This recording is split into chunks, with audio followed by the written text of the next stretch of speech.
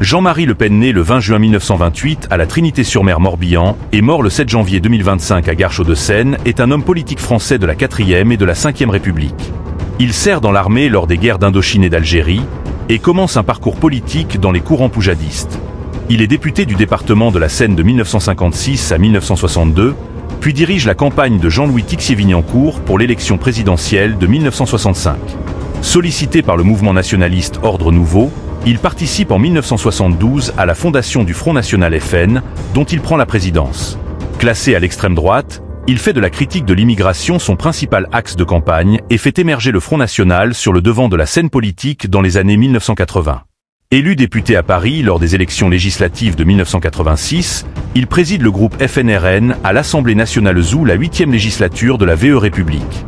Il est député européen à partir de 1984 et plusieurs fois élu local, conseiller municipal du 20e arrondissement de Paris, conseiller régional d'Île-de-France puis de Provence-Alpes-Côte d'Azur. À 5 reprises, il est candidat à une élection présidentielle. Après avoir obtenu un résultat très faible en 1974, il se hisse par 3 fois en 4e position du premier tour en 1988, 1995 et 2007. À la surprise générale, il accède au second tour du scrutin de 2002, à l'issue duquel il obtient 17,8% des suffrages exprimés face au président sortant, Jacques Chirac, qui bénéficie d'un front républicain. Sa fille, Marine Le Pen, lui succède en 2011 à la présidence du Front National, dont il devient président d'honneur. Il en est exclu en 2015. Il crée le parti Comité Jeanne en 2016 et reste président d'honneur du FN jusqu'en 2018. Il quitte son mandat de député européen ainsi que la vie politique active en 2019, après 34 ans passés au Parlement européen et 63 ans après sa première élection comme député. La carrière politique de Jean-Marie Le Pen est jalonnée de déclarations racistes, antisémites et négationnistes. Plusieurs fois condamné pour apologie de crimes de guerre, contestation de crimes contre l'humanité, provocation à la haine, à la discrimination et à la violence raciale, injures publiques ou violences, il est aussi relaxé pour d'autres de ses propos. Jean-Louis-Marie Le Pen est le fils unique de Jean Le Pen 1901 à 1942 marin-pêcheur, président de l'Association des anciens combattants et conseiller municipal de la Trinité-sur-Mer, et d'Anne-Marie Hervé 1904 à 1965 couturière et fille de paysans originaires de Locmariaquer et du Bonneau. Il naît le 20 juin 1928, dans la maison familiale de la Trinité-sur-Mer. Ses parents le baptisent Jean, comme son père, Louis, comme son oncle, et Marie, comme la Sainte Vierge y n'accolera Marie à son premier prénom qu'après son mariage. La famille est essentiellement originaire du département du Morbihan. Son père trouve la mort à bord du chalutier La Persévérance, dont il est le patron, quand le bateau, qui pêchait la sole, saute sur une mine remontée dans son chalut. Le 22 août 1942, son nom figure, depuis lors, sur le monument aux morts de la Trinité-sur-Mer. Jean-Marie Le Pen devient alors pupille de la nation, par jugement du tribunal civil de Lorient du 23 décembre 1942.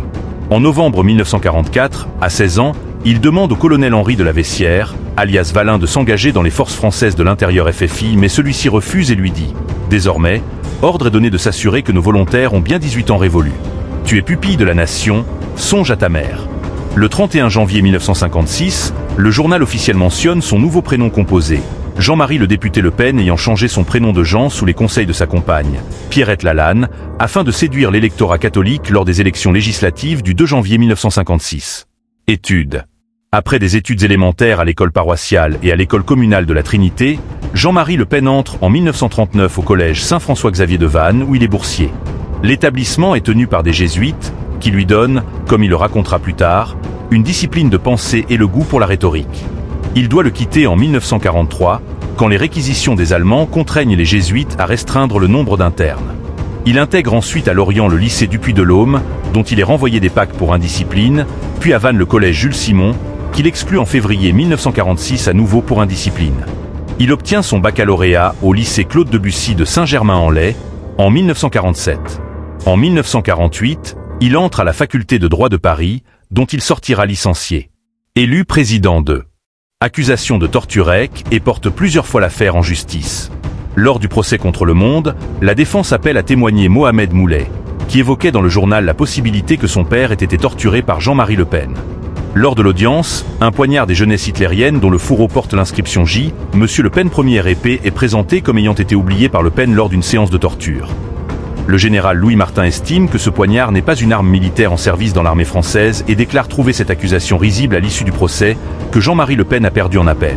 L'enquête du Monde fut qualifiée de particulièrement sérieuse et approfondie par la justice et la bonne foi du journal reconnue.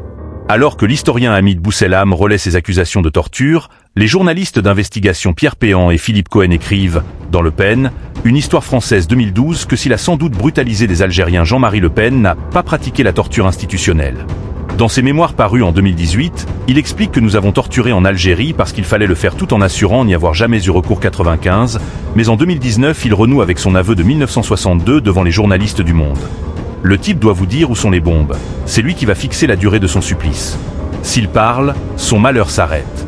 Je le fais sous les ordres de mon capitaine. En mars 2023, l'historien Benjamin Stora, à partir d'un podcast pour France Inter, déclenche une polémique en affirmant que Jean-Marie Le Pen n'a sans doute pas pratiqué la torture en Algérie. L'historien rapporte 11 jours plus tard avoir fait une erreur, n'ayant pas eu connaissance de la décision de justice concernant Jean-Marie Le Pen. Le journaliste Philippe Collin, tenant le podcast, reformule le discours de Benjamin Stora, soulignant que l'on ne peut pas prouver que Jean-Marie Le Pen a torturé en Algérie, mais c'est une possibilité. Le 13 janvier 2025, à la suite des aveux publiés par Le Monde quelques jours plus tôt, cette phrase est à nouveau modifiée et indique désormais durant la bataille d'Alger, en 1957, on peut affirmer aujourd'hui de manière définitive que Jean-Marie Le Pen fut un tortionnaire. Le 19 janvier 2024, paraît le livre Le Pen et la torture de l'historien Fabrice Risseputi, qui retrace l'histoire de la pratique de la torture par Jean-Marie Le Pen, à travers différentes sources, récits de victimes et de témoins, rapports de police, enquêtes journalistiques et archives militaires. À son retour d'Indochine, en 1955, Jean-Marie Le Pen devient président des Jeunes Indépendants de Paris, à la suite de Jean Bourdier et délégué général de l'Union de défense de la jeunesse française 99. Il pense d'abord se présenter en indépendant aux élections législatives du 2 janvier 1956. Présenté à Pierre Poujade par le président des Anciens d'Indochine, Roger Delpech, et le commissaire Jean Dide, il devient délégué national de l'Union de défense des commerçants et artisans UDCAD et animateur de sa branche de jeunesse, l'Union de défense de la jeunesse française.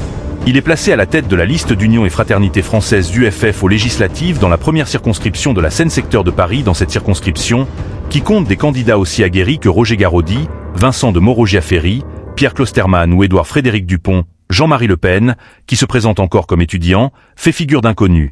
Le deuxième de la liste, Roger Sauvage, est un ancien de l'escadrille Normandie-Niemen. Alors encore appelé Jean Le Pen, il adopte le prénom Jean-Marie au cours de la campagne. La vague poujadiste lui permet d'obtenir quelques 36 000 voix, soit 7,8% des suffrages exprimés. Grâce au système de la proportionnelle, Jean-Marie Le Pen est élu à l'Assemblée nationale, à l'âge de 27 ans. Il est souvent présenté comme ayant été le plus jeune député de la législature, mais un jeune communiste, André Chêne, de quelques mois son cadet, est élu cette année-là. En octobre 1956. Devant de la scène politique française pousse la droite à se positionner par rapport à Jean-Marie Le Pen, alors qu'un certain nombre des cadres du Front National vient des partis de droite ou bien à travailler avec eux, à l'instar de Bruno Gollnisch, Gabriel Domenech, Jean-Marie Le Chevalier, Jean-Yves Le Gallou, Bruno Maigret ou encore Michel de Rostolan. En 1986, Jean-Marie Le Pen est élu conseiller régional d'Île-de-France. Lors de l'élection du président de la région Île-de-France, le groupe Front National présente aux 2 premiers tours de scrutin la candidature de Soraya Djebour, fille d'Ahmed Djebour, qu'il avait contribué à faire élire 3 décennies auparavant, première femme musulmane élue au conseil régional d'Île-de-France. Le FN fait élire des présidents de conseils régionaux RPR ou UDF dans les régions où ces voix sont nécessaires pour les faire gagner. Étant député et député européen, Jean-Marie Le Pen démissionne du conseil régional, laissant son siège à Pierre Menuet référence. Nécessaire. En 1992 et 1998, tête de liste régionale et dans le département des Alpes-Maritimes, il est élu au conseil régional de Provence-Alpes-Côte d'Azur. Aux élections régionales de 1998, les listes FN arrivent en 2e position, avec 26,6% des voix et 37 conseillers régionaux, soit le même nombre d'élus que pour la droite. Alors que des conseillers de droite conduits par Christian Estrosi cherchent à nouer une alliance avec le FN comme en 1986, des élus tels que François Léotard opposent à ce rapprochement, ce qui permet l'élection du socialiste Michel Vauzel à la présidence du conseil régional. Jean-Marie Le Pen perd son mandat de conseiller régional le 24 février 2000, après avoir été condamné à 1 an d'inéligibilité. Député et candidat à l'élection présidentielle de 1988. La mise en place d'un scrutin de liste proportionnel à un tour par le gouvernement socialiste permet au Front National d'obtenir 35 députés aux élections législatives de 1986. Jean-Marie Le Pen est ainsi député de Paris et préside le groupe Front National, Rassemblement National FNRN, à l'Assemblée nationale durant la 8e législature. Il revient ainsi au Palais Bourbon un quart de siècle après en être parti, un cas rare dans la vie politique française sans. Dans son premier discours à l'Assemblée nationale, il accuse Jacques Chirac d'avoir frappé le Front National d'une espèce d'apartheid politique en pensant qu'il pouvait transmettre le sida de sang. Jean Le Canuet salue un discours bien fait et Valéry Giscard d'Estaing un discours chaleureux et vivant, sans. Tout en décidant de ne pas accorder sa confiance au gouvernement de Jacques Chirac, il se situe dans une majorité anti-marxiste antisocialiste et se dit prêt à voter au cas par cas des textes de la majorité sans. Jacques Chirac met en place la stratégie dite du cordon sanitaire en désignant personnellement les députés de la majorité chargés de côtoyer ceux du FN et leur demande de ne pas leur adresser la parole sans. Selon l'historien Nicolas Lebourg, il espère être appelé au gouvernement, rêvant du ministère de la Défense et répond au veto chiracien par l'isolement de ses élus, pour ne pas qu'il soit tenté de rejoindre des partis plus faciles à porter socialement et distribuant plus de capital social et financier. Travaillant à l'amélioration de son image en vue de l'élection présidentielle de 1988, alors que son parti est en ascension électorale, il multiplie les rencontres avec des personnalités étrangères, notamment aux États-Unis, au début de l'année 1987, où il serre la main de Ronald Reagan, dont il se veut le pendant français. Lors de son séjour, il est invité par le Congrès juif mondial, qui applaudit son discours pro-israélien. Cette campagne est remise en cause par ses propos sur les chambres à gaz en septembre 1987. Durant la campagne présidentielle de 1988, il met en avant le thème de la sécurité, qu'il considère comme la première liberté du citoyen. Il se targue de dire tout haut ce que tout le monde pense tout bas et distingue la société pluriculturelle, multiraciale, internationaliste. Élection législative de 1962, à nouveau soutenue par le CNIP, il est défait dans le cadre d'une triangulaire remportée par le gaulliste de gauche René Capitan. Dès 1963, il est directeur de campagne de Jean-Louis Tixier-Vignancour en vue de l'élection présidentielle de 1965. Il participe à la fondation des comités Tixier-Vignancour Comité TV, dont il est le secrétaire général de 1964 à 1966. Avec notamment Roger Olindre et François Brignot, il rompt avec Tixier-Vignancour à la suite du scrutin présidentiel, lui reprochant notamment un manque d'autorité politique et son appel à voter au second tour pour le candidat de l'Union de la gauche, François Mitterrand. Dans des entretiens ultérieurs, Jean-Marie Le Pen déclarera que le plus grand regret de sa carrière politique est de ne pas s'être présenté lui-même à l'élection présidentielle de 1965 à la place de Tixier-Vignancour. Initiateur du Cercle du Panthéon, il crée en mars 1963, avec Pierre Durand et Léon Gauthier, un ancien intersturmführer de la Waffen-SS avec qui il fondera le FN en 1972, une entreprise d'édition phonographique, la Société d'études et de relations publiques SERP, spécialisée dans l'édition de disques de musique militaire, d'histoire et de discours historiques. Dans la collection Hommes et faits du XXe siècle, il y publie des enregistrements de discours, parmi lesquels Lénine, Trotsky, Léon Blum, Charles de Gaulle discours de 1940 à 1969, Pape de notre temps, Benito Mussolini et le fascisme, Philippe Pétain, Pierre Laval ou Adolf Hitler, discours d'un dictateur. Il est en 1967 chef de publicité aux journaux Minute et Le Crapouillot. Aux élections législatives de 1968, il se présente comme candidat national indépendant d'Union centriste dans la 3e circonscription de Paris, nouvelle dénomination de la 3e circonscription de la Seine, où il est éliminé au premier tour. Le député sortant, René Capitan, qu'il accuse par son inaction d'être le complice des émeutiers de mai 1968, l'emporte à nouveau.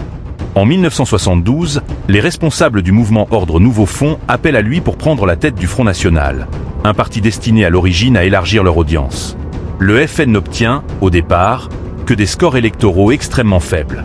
Candidat aux élections législatives de 1973 dans la 15e circonscription de Paris, il obtient 5,2% des suffrages. Alors que le FN recueille 1,3% des suffrages exprimés en étant présent dans circonscription, Jean-Marie Le Pen juge ce résultat encourageant, contrairement à la plupart des militants d'Ordre Nouveau. Peu après les élections législatives de 1973, Ordre Nouveau est dissous à la suite de violences publiques. Jean-Marie Le Pen rompt ensuite avec les anciens chefs d'Ordre Nouveau, dont beaucoup quittent alors le FN pour fonder un parti concurrent, le PFN. Lors de l'élection présidentielle de 1974, se définissant comme le candidat de la droite sociale, populaire et nationale et le seul candidat de droite, Jean-Marie Le Pen recueille 191 000 voix, soit 0,75%. En vue du second tour, il appelle à voter en faveur de Valéry Giscard d'Estaing, avec qui il a siégé au sein du groupe IPAS à l'Assemblée nationale à la fin des années 1950. Plusieurs événements violents marquent les premières années du FN. Le 2 novembre 1976, un attentat à la bombe détruit son domicile parisien, l'attentat de la Villa Poirier. Les 20 kilos d'explosifs, l'une des plus grosses charges qu'ait connue Paris depuis la Seconde Guerre mondiale, détruisent toute une partie de l'immeuble de 5 étages. L'attentat est revendiqué par un comité antifasciste. Au scrutin législatif de 1978, il s'oppose à Édouard Frédéric Dupont dans la 5e circonscription de Paris, où il recueille au premier tour 3,9% des suffrages. Pendant l'entre-deux-tours, François Duprat, cadre influent du FN, est tué dans l'explosion de sa voiture piégée 144. Jean-Marie Le Pen n'obtient pas les 500 parrainages nécessaires pour se présenter à l'élection présidentielle de 1981. Valéry Giscard d'Estaing aurait alors cherché, sans succès, à obtenir son soutien. Il appelle à voter blanc ou nul au second tour. L'historienne Valérie Higounet indique qu'il a assumé seul le financement de la campagne des élections législatives de juin 1981, grâce à l'héritage légué par Hubert Lambert, en raison de l'absence de tout financement de l'État à cette époque. Lors de ce scrutin, le FN présente ses candidats sous la bannière du Rassemblement pour les libertés et la patrie, et Jean-Marie Le Pen réunit 4,4% dans la 22e circonscription de Paris. Chef de file des revendications nationalistes. Premier score significatif du Front National.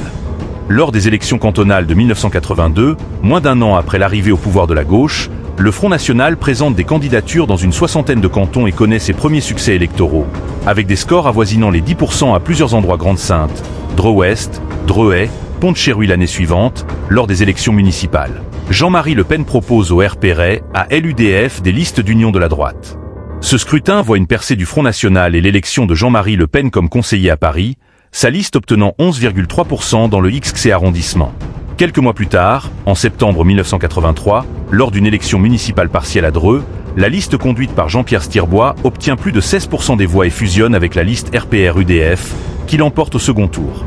Dans le même temps, au printemps 1982, Jean-Marie Le Pen remet une lettre au nouveau président de la République, François Mitterrand, pour dénoncer le manque de visibilité du FN à la télévision, et en particulier l'absence de couverture télévisuelle du 6e congrès du FN. Le 22 juin 1982, François Mitterrand signe une réponse écrite à Jean-Marie Le Pen dans laquelle il juge regrettable que le congrès d'un parti soit ignoré par radio-télévision, et annonce qu'il demande au ministre de la Communication, Georges Fillou, d'appeler l'attention des responsables des sociétés radio-télévision sur ce manquement. Une semaine plus tard, Jean-Marie Le Pen intervient en direct au journal de 20h de TF. Il obtient un accès croissant à l'espace médiatique, notamment avec son passage à l'heure de vérité le 13 février 1984, sur demande de François Mitterrand. Quelques jours après l'émission, le FN enregistre 1 millier d'adhésions quotidiennes, alors qu'il n'en recueillait en moyenne que 15 jusqu'ici. Par la suite, Jean-Marie Le Pen a su gré à François Mitterrand de lui accorder un traitement équitable. À ce sujet, Franz-Olivier Gisbert évoque les propos du ministre socialiste Pierre Bérégovoy, qui, en juin 1984, considérait que la gauche avait tout intérêt à pousser le FN afin de rendre la droite parlementaire inéligible. Candidat à l'élection législative partielle de décembre 1983 dans la 2e circonscription du Morbihan, Jean-Marie Le Pen dépasse les 12% et obtient même une majorité absolue des voix 51% à la Trinité-sur-Mer, sa commune de naissance.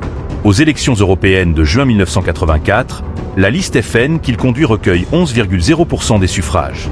Élu député européen, Jean-Marie Le Pen est constamment réélu à partir de cette date jusqu'aux élections européennes de 2014. À la suite de ces élections de 1984, Jean-Marie Le Pen constitue et préside un groupe d'extrême droite au Parlement européen, le groupe des droites européennes GDE qui rassemble les élus du Front National, du Mouvement social italien, Droite nationale et un élu du parti grec Union politique nationale. Lors des élections européennes de 1989, l'élu grec n'est pas réélu, tandis que le Mouvement social italien, qui effectue un virage vers le centre droit, refuse de continuer à siéger avec le Front National. Le GDE est alors dissous, mais une alliance entre le Front National, le parti flamand Vlaams Blok et le parti allemand Les Républicains permet la constitution du groupe technique des droites européennes GTDE.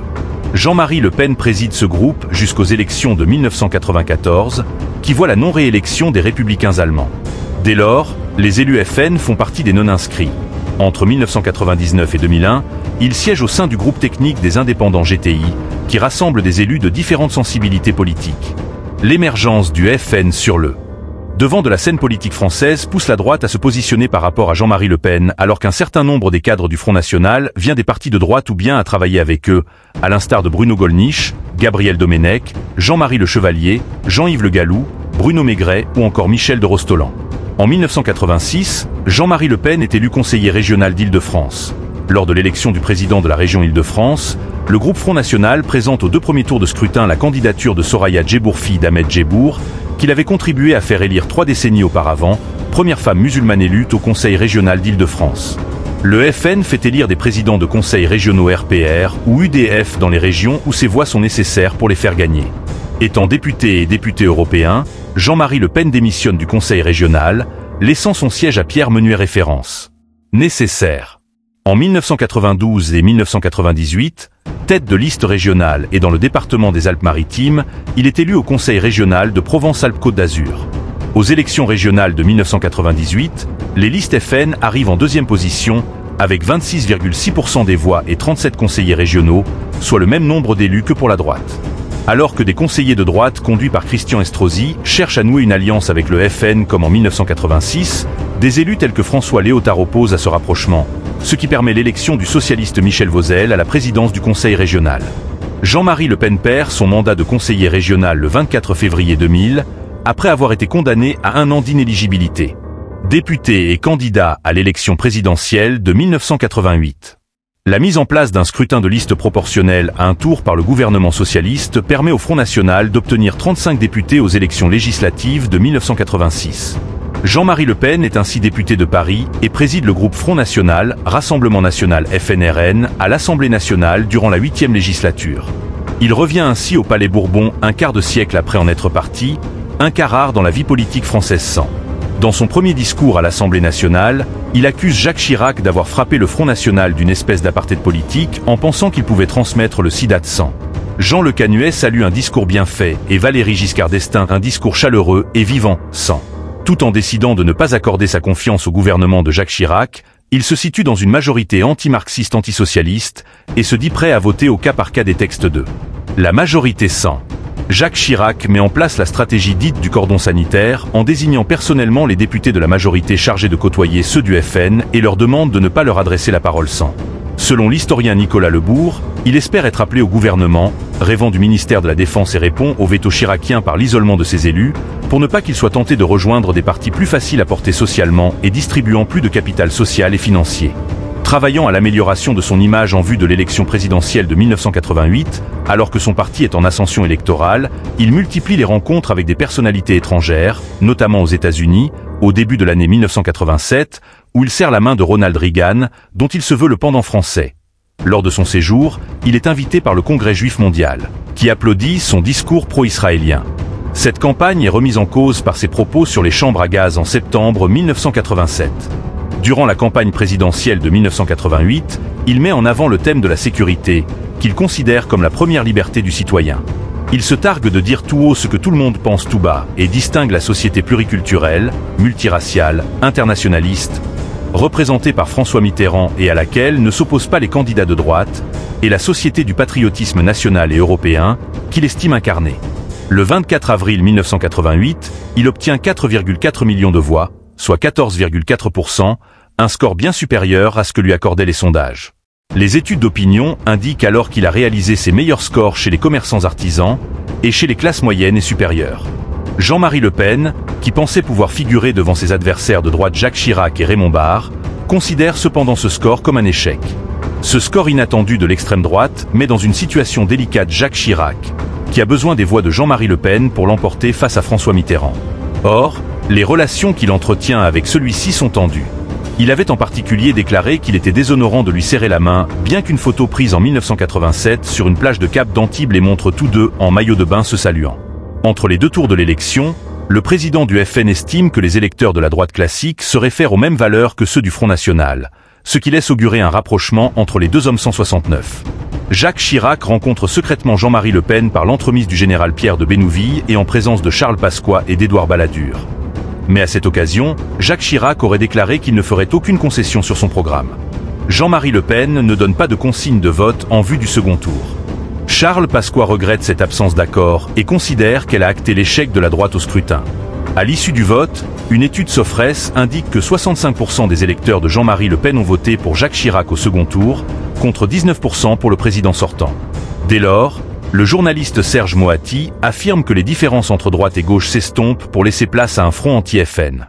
Jean-Marie Le Pen condamne vivement la décision de Jacques Chirac de revenir au scrutin majoritaire pour les élections législatives de juin 1988, l'accusant de violer l'Assemblée nationale.